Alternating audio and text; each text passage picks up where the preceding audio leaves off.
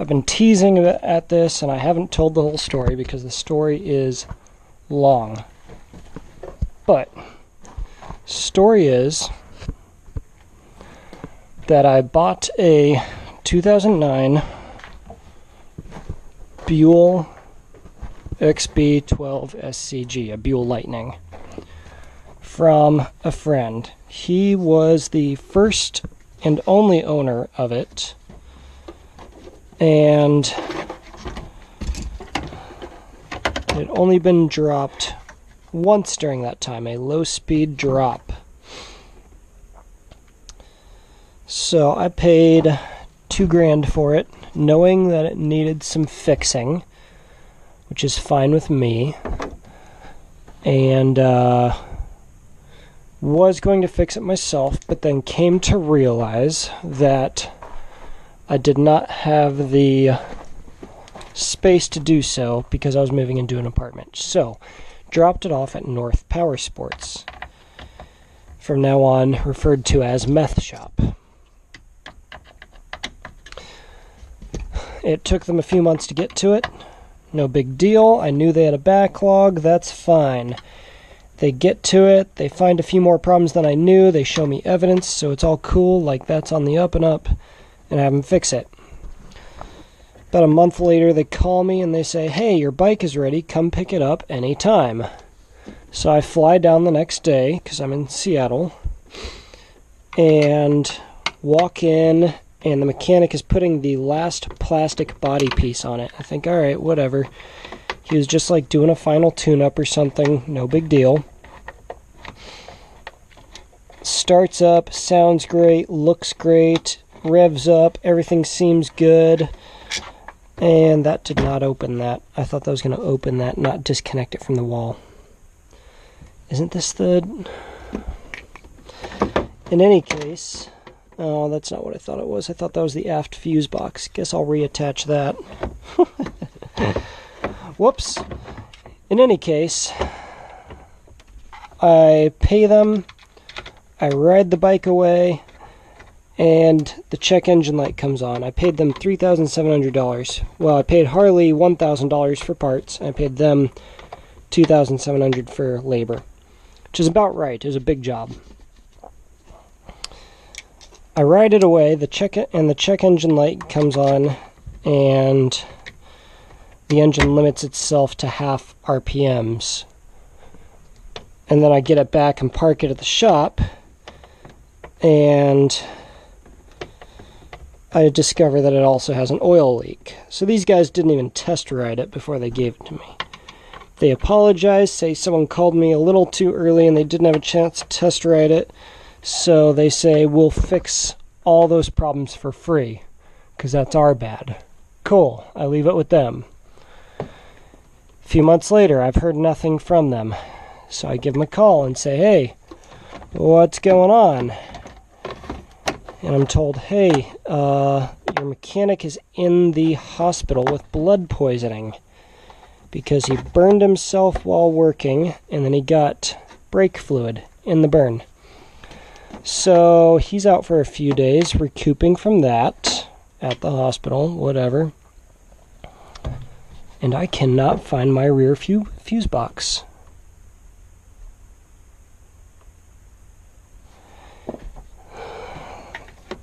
I don't think this is it.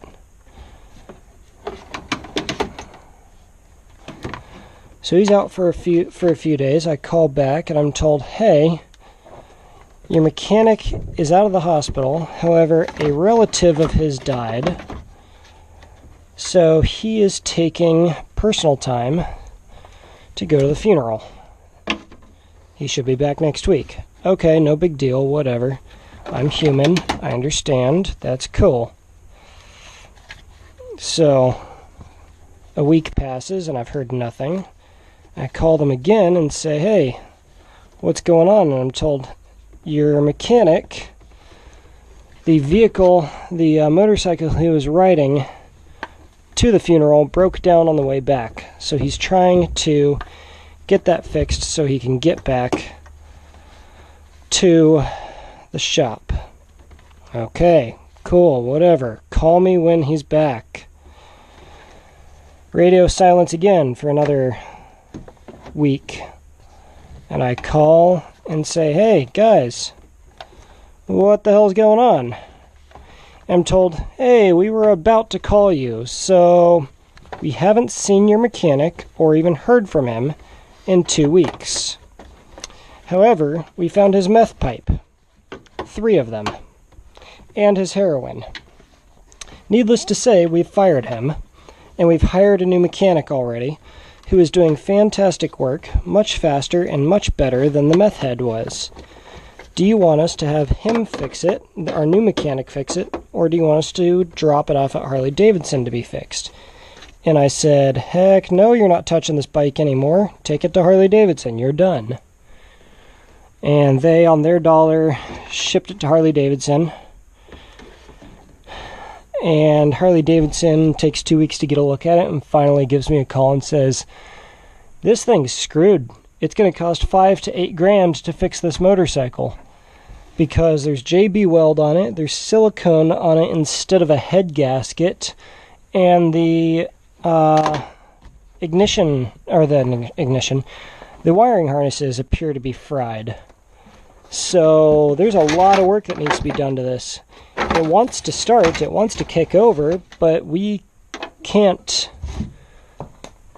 tell you how much it'll cost until we do it. Great. Okay. I call North Power Sports, tell them what's up, and tell them that they're going to pay that bill. They say, of course, gladly. We screwed up, and that's what we should do.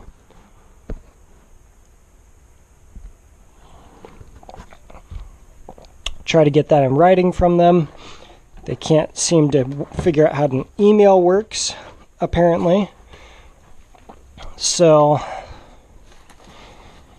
I finally contact a lawyer, pay $120 consultation fee, and have him tell me how to, I need to drink water, not coffee.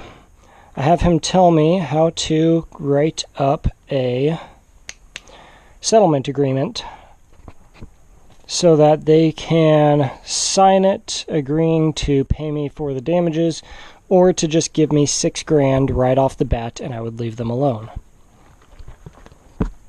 Sounds great to me. I write this up, I take it to the shop, and when I get there I find that the original owner of Meth Shop, Jose, is no longer present. His brother, Dusty, Mercedes S55 AMG fuse diagram. His brother Dusty is taking over the shop, and he also claims as soon as I tell him what's up, he apparently hasn't been told anything about it by Jose. He claims full responsibility immediately, being as it's apparently his new shop that he's going to be taking over. And, W220, this is stupid. Great. No, not 2001. Give me 2004. He finally agrees. We will give you $7 grand, but you get the bike. But we get the bike, okay? Whatever, I don't care. I'm done with the bike. Go and get all that paperwork drawn up. By the time I come back with all that paperwork figured out, I show up at the shop. I call Jose and tell him I'm coming, and he agrees to meet me at the shop at a certain time. I show up, and he's nowhere to be found. I contacted Dusty, and Dusty said, I'm no longer taking over the shop. I'm done dealing with my brother's bullshit. So I get Jose's personal number from him, and I contact Jose. Tell him that I'm going to be in the area on this time, at this date, and we're going to meet at this time, and he agrees. Cool. Here we go, that's what I need. Nope, that is not. This is stupid. Here we go. Is that it? That is in German. That does not help me. Hooray! Anyhow. I show up at the shop, and Jose is not present. His cousin is there cleaning up the shop, but Jose couldn't be bothered to come and clean up his own shop. I'm calling Jose, trying to get a hold of him, while I wander around the shop looking for anything of value, and the place is just cleaned out. Finally get a hold of Jose and talk with him, and come to find out that basically nothing in that shop belonged to him. Everything in that shop either belonged to the mechanics working for him, or were leased along with the building. And he's telling me, I have nothing, I have nothing, I have nothing. And I'm just trying to wring something out of him and can't get anything out of him. And his cousin actually starts ratting him out, saying, he's got that Subaru across the street is his. And I said, Jose, hey, what's this Subaru across the street? That's been parked there as long as I've been coming here. And he says, I sold that 4 months ago. The idiot won't come and get it. Not sure I believe that, whatever. He says, but I got a Volvo with a blown head gasket that you can have. I don't care. And I was like, that's not going to cut it. And he finally says, I've got an air compressor there that works. I've got a tire balancer that's worth $2,500 that I can't sell. And I've got a broken motorcycle lift. You can have those, sell them on Craigslist, tell me what I still owe you, and we'll set up a payment plan for the remainder. And I'm thinking, there's no way this deadbeat is ever going to give me any more money. I'm not taking that chance. Okay? And then his cousin finally rats him out and says, he's got a Mercedes parked alongside the shop. And I walk around the side of the shop to find this sitting there. I say to Jose, what's this Mercedes sitting there? And he says, that's my dad's, but F it. If it'll get you off my back, you can effing have it. I'm like, alright, so is it your dad's or is it yours? He goes, it's in my name. Say, is it your dad's or is it yours? He says, it's mine, it's in my name. Alright, do you have a title? No, but it is mine, I have the bill of sale. Okay, I'm going to need to file for a loss of title affidavit. So, and he says, well, it's actually my wife's name that's on the title. Okay, so whose is it? It's mine, but my wife's name is on the title. It's hers? Well, by the law, yes. Okay, cool, whatever. So I'm going to need her to file a lost title affidavit with a notary, I find out. And also I need you to show up to sign a settlement agreement saying that once this car is in my possession, I drop all claims against North Powersports. Okay, finally, one second, let me read this. Yeah, none of this is what I want. What about this one? Keyless Go, F58. Okay. Where is F58? This is completely illegible.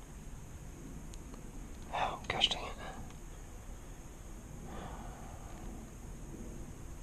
37. Nope, this is completely illegible. 27. So it's got to be, yeah, it's in this block. 70. Great, that is completely illegible, and that is the rear right. If this is even for an S55 AMG, this claims it is, 2004. Alright, anyhow. So I'm trying to get a notary appointment set up, but apparently she works 7 a.m. to 7 p.m. during the days that I am available. So I'm trying to figure out a mobile notary in order to meet up with her and get this done. But can't find a mobile notary. Finally, at like midnight, he says, oh hey, I just found out my wife is off work tomorrow, and we're going to be in the shop area tomorrow at about 11 or 12. I say, alright, cool, I'll set up a notary appointment. So I hunt around, find a notary, set up an appointment for 11 a.m. I'm driving down there in the morning. There is no fuse box in here. What is this thing talking about? It's not either of those. Where the hell's this fuse box? Is it buried under there? It must be buried under there. I need to get this out of here before I break this. Alright. So I'm driving down, and I call him up to let him know, hey, I'm on the way, our appointment is 11 a.m. Except he won't pick up. He finally picks up all bleary. I clearly woke him up, and I say, hey, I made an appointment for 11 a.m. You're not going to make it, are you? He says, no. I say, okay. What time will you be here? He says, 1 p.m. I say, okay. I'll set up a notary appointment as close to that as I can. Get a notary appointment set for 2 p.m. And my dad and I are trying to get the Mercedes loaded up. And he shows up at 1 p.m. like he said. And I tell him that our appointment is at 2, and he says, well, that's not going to work. I have an appointment at 2 o'clock that I am not going to miss. And I said, what's this appointment? Because I am not going to miss this notary appointment. And he says, I get to see my son. All right, well, you should have planned better, you idiot. You could have told me about this. Isn't an appointment that snuck up on you. You knew about this weeks ago. And you never told me last night or this morning when we talked. Whatever. I desperately find a last-second notary. The notary, we arrive at the notary, and nice, just cut wires for the car thieves. Or maybe Jose, I don't know which, whatever. The notary charges $10 as we arrive. I ask them if they have their ID.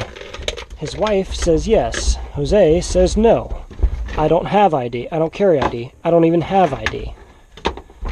Great. That's fine. His name isn't on the title, so I don't need his signature notarized. I just need him to sign the settlement agreement, which doesn't need to be notarized. It just needs to, whatever. Cool. We go in and sit down with the notary, and he's acting like a child and like not wanting to come to the table, being immature in the corner, and I call him over and have him sit down and sign his loss of title agreement. He won't even sit down, just leans over and does it. Whatever. And they leave. Got my notary. So we go to load up the Mercedes. Well, just like he told me, to be fair, the key doesn't work. What is this from? Whatever. The key doesn't work, which means that I'm worried about the steering lock kicking in. Because if the steering lock kicks in while the wheels are turned, then I obviously can't drive the car straight to get it up on a trailer. So I'm doing all kinds of research. Finally find out, oh hey, this car does not have a steering lock. What? Mercedes doesn't have a whatever. Okay, who cares? That solves that. But I still have a problem. I can't get the car into neutral. What? I can't get the car into neutral because the key doesn't work. Well, I'm trying everything, trying to find a way to lock that out, because I know they're supposed to have that. I just can't remember what it's called. Finally, like, my dad has basically given up, and I've basically given up on it for the day. I'm trying to think of backup plans. We go to return the U-Haul to try and get my money back. Oh yeah, and I forgot about this. On the way back from meeting with Jose the night before, I hit a deer. Screwed up my front bumper on my pickup.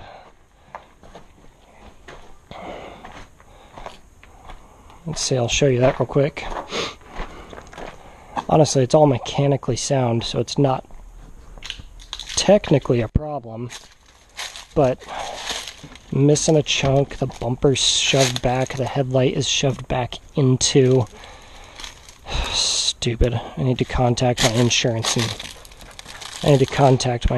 and see what they'll cover on that. In any case, okay, so get back to the U-Haul, and the guy says, well, did you check for a transmission interlock? Oh, thank you. Now I know what it's called. I Google transmission interlock, and I'm told the Mercedes S55 AMG does not have a transmission interlock. So there's no way of manually unlocking the transmission.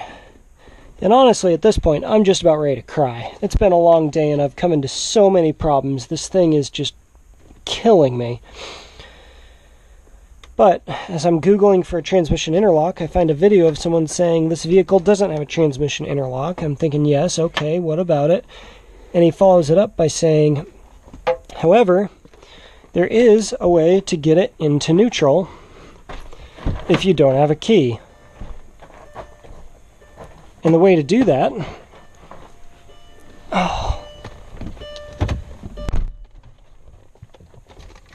is very complicated. You need a rubber mallet, and that's it. You pull back on the stick, and you smack it right there. Now you're free to move from reverse all the way up to drive, anywhere you want. Or back up to park, and then it locks again. There it is. That's your interlock. Totally not intentional by Mercedes. They just have a really janky lockout, I guess. Transmission lockout. Whatever. Shut up. I should disconnect the battery. Oh. So finally get that sorted. Go back, get the U-Haul, and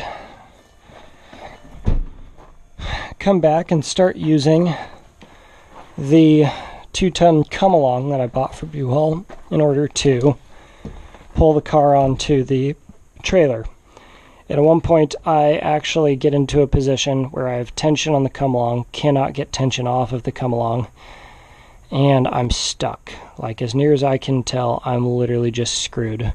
Luckily, about that time, 5 just thuggish looking guys are walking by, and because this is in a shady whole area, this thing is parked and looks shady, and the guys are just like, "Hey, you want a hand?" So, yeah, sure. And the 5 of them just muscled it on there. Oh, before this even, though, I found out that because this thing is an air ride suspension, it only rides about 2 inches off the ground.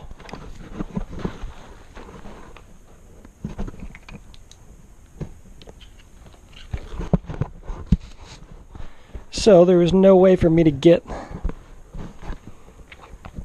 it onto the ramp because the ramp was too steep. So I went and I spent $60 on lumber so that I could build myself a really gradual ramp out of 2x6s in order to get this thing up there. I needed 2 feet of 2x6s per 2 inches of lift. Where did I set my iPad? I need to look up the other. Did I drop it in the trunk? There it is. There's one on the front right as well, huh? So finally get it loaded up, and we found out that the front bumper is so low it can't get over the tire stops at the front of the trailer. So we had to build a ramp at the front of the trailer in order to lift the tires over the tire stops. And then the tires... Oh, gotcha! Oh! We get it up on there, and we realize that we didn't lift it quite enough. We got it on there just fine because the bumper is shaped like this and the tire stop is shaped like this, so they kind of just clicked over each other. But if I tried to pull the car off, I'd rip the bumper off. So I drive the U-Haul, and my dad drives my personal vehicle all the way up to Seattle. Oh, hey, there we go. And come down this narrow back alley to reach this shed, which, by the way, I didn't even have anywhere to park this. I live in an apartment. So I just pinged a Seattle group chat I was in and said, anybody have someplace I can park a car? And my buddy Cameron says, yeah, sure, no problem. You can use my shed. You can park there as long as you want. Awesome. Anyhow, we get here. We use the car's jack to lift the car, put more 2x4s under the front tires, build another ramp on the trailer so that we can get the bumper off the trailer, and then rebuild our other ramp at the back of the trailer so that we can get the car off the trailer itself. Great. And we push it back. We get it off the trailer. It's parked right about like that, just past the gate. And Cameron and I start pushing it back in, Well, we can't turn the tires all the way because the air ride suspension won't inflate, so the tires rub on the fender. We can't get it in, so we go and we find just 5 neighbor guys who are luckily friendly enough to just come over and help us shove it in. Did I say 5? 5 was all the Beaverton people. Got 2 guys, 2 really big guys to come and help us. And we shove it in, and my dad and I had measured it before we shoved it in and found that we thought we were going to have a 6-inch clearance on the front, and we knew we had plenty of side-to-side room. Gosh, no label again. Why would you do that, Mercedes? This video is very long, isn't it? Anyhow, shove it in, and I'm sure you may have noticed by now, the rear bumper is literally touching the back wall. That wasn't by intent. We just accidentally pushed it a little too far and tapped the back wall. Well, the front bumper only has about no clearance. We literally have about a 1/2 inch of clearance, I believe. Or it might even be touching the bumper when it's closed. So yeah, cut that really close. What else was there? I feel like there was another difficulty we ran into. But so yeah, that's the tale of how I acquired this thing. I'm going to start a part 2 right now, part 2 video right now, that will tell you the tale, or tell you all the problems with it that I need to fix.